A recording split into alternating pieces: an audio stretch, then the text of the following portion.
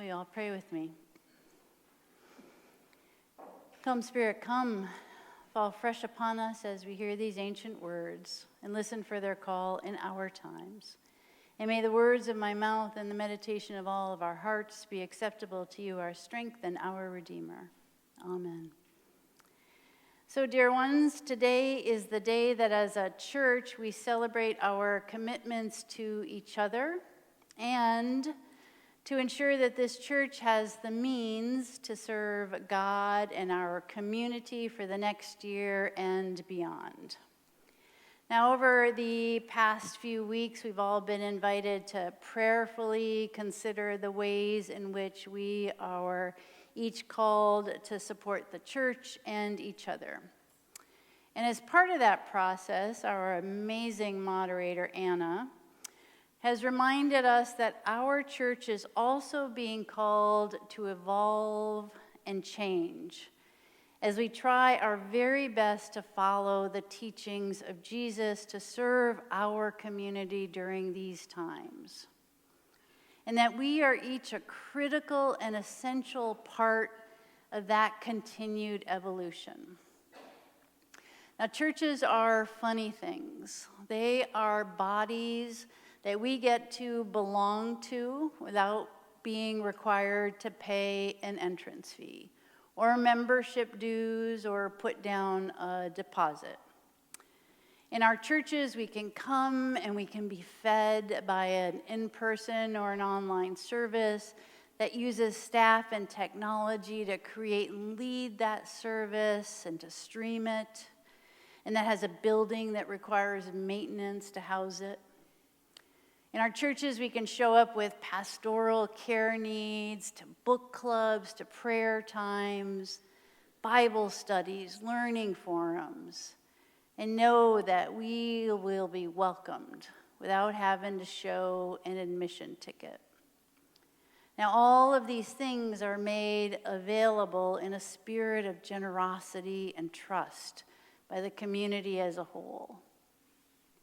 Now, way back in the 1700s, churches used to support all of that work by renting out pews. People would pay for a seat, kind of like you'd do at a Seahawks game, right? The more you paid, the better the seat. And to be clear, the better seats were up front, not in the back, just saying. But that's not the way we do it nowadays, right? Instead, we ask people to consider the impact the church has made on their lives and to consider their financial situations and then to prayerfully make this financial consideration and commitment to the church for the year.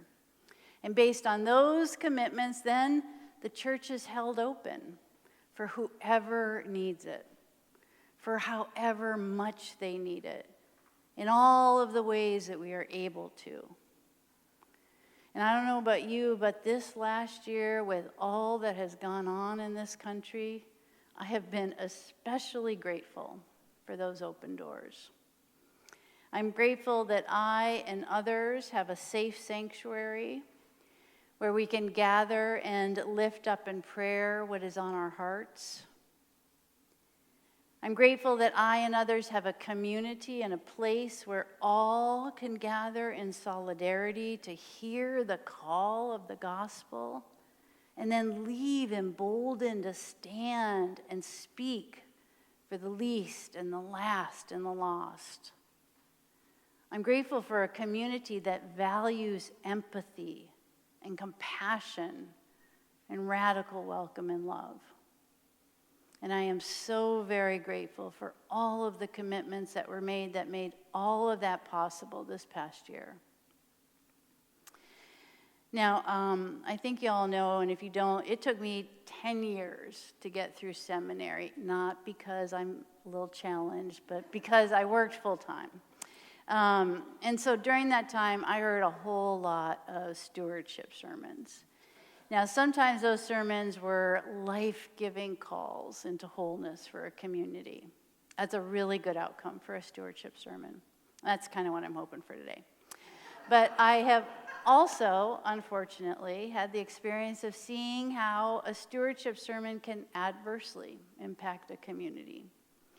Now, as a result of one particular sermon I heard, early part of my seminary experience, a mother who was raising a teenage boy on her own heard in that sermon that if she could not give money to the church, she was not welcome at the church. Now, that woman and her son ended up leaving the church because she didn't feel like she could receive of the church's gifts without offering money in return. Now, I truly believe it was not the intent of the pastor preaching that today to give any message of unwelcome or to indicate that church is a pay-to-play experience. But that experience has left me a bit leery when it comes to the topic of stewardship.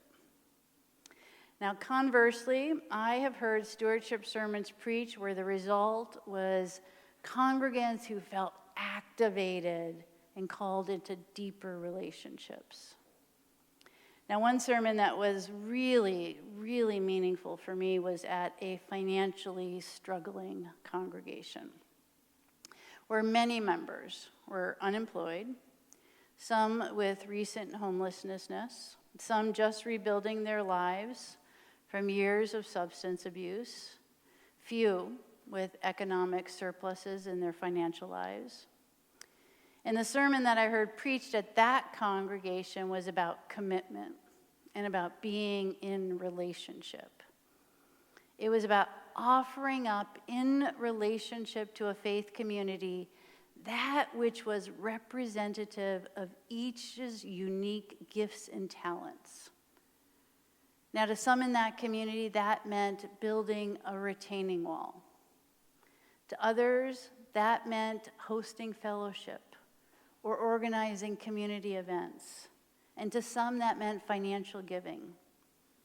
But in that congregation, I saw dynamic and engaged members who felt called to be a blessing to that community, to each other, and to the greater world, and to God.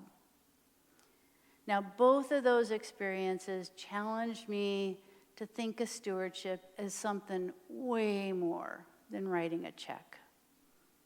And both experiences challenged me to look at stewardship as perhaps something that we each do that calls us into true aliveness to ourselves and to each other.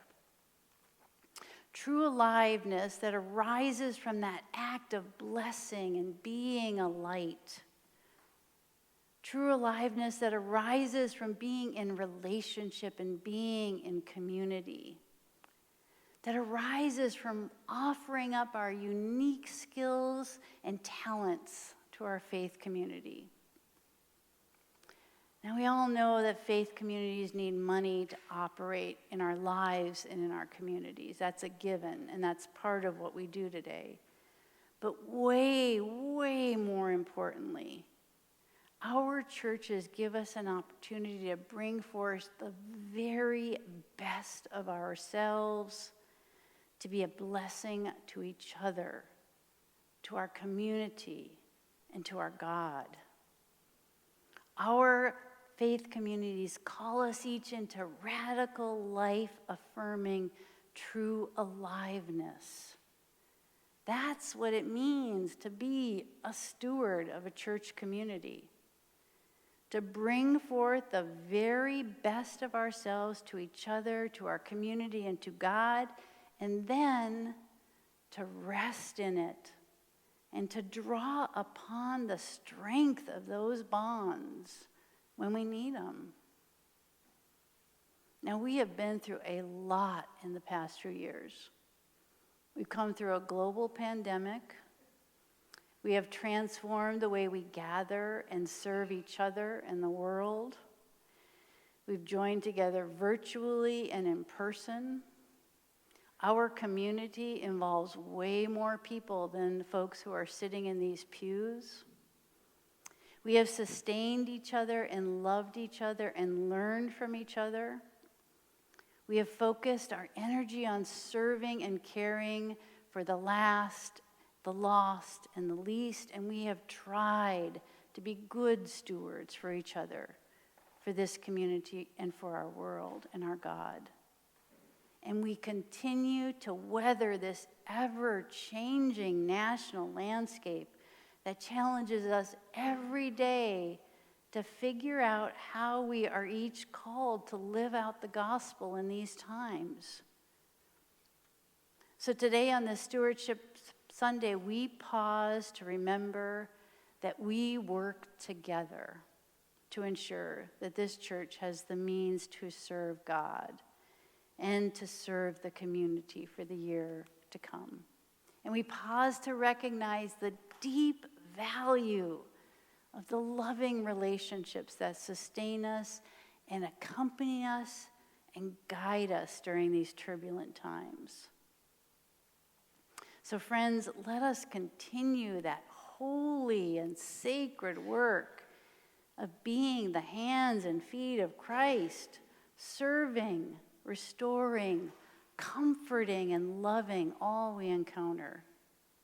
And let us continue to draw strength from the community gathered here, emboldening us and encouraging us, sustaining us, and loving us.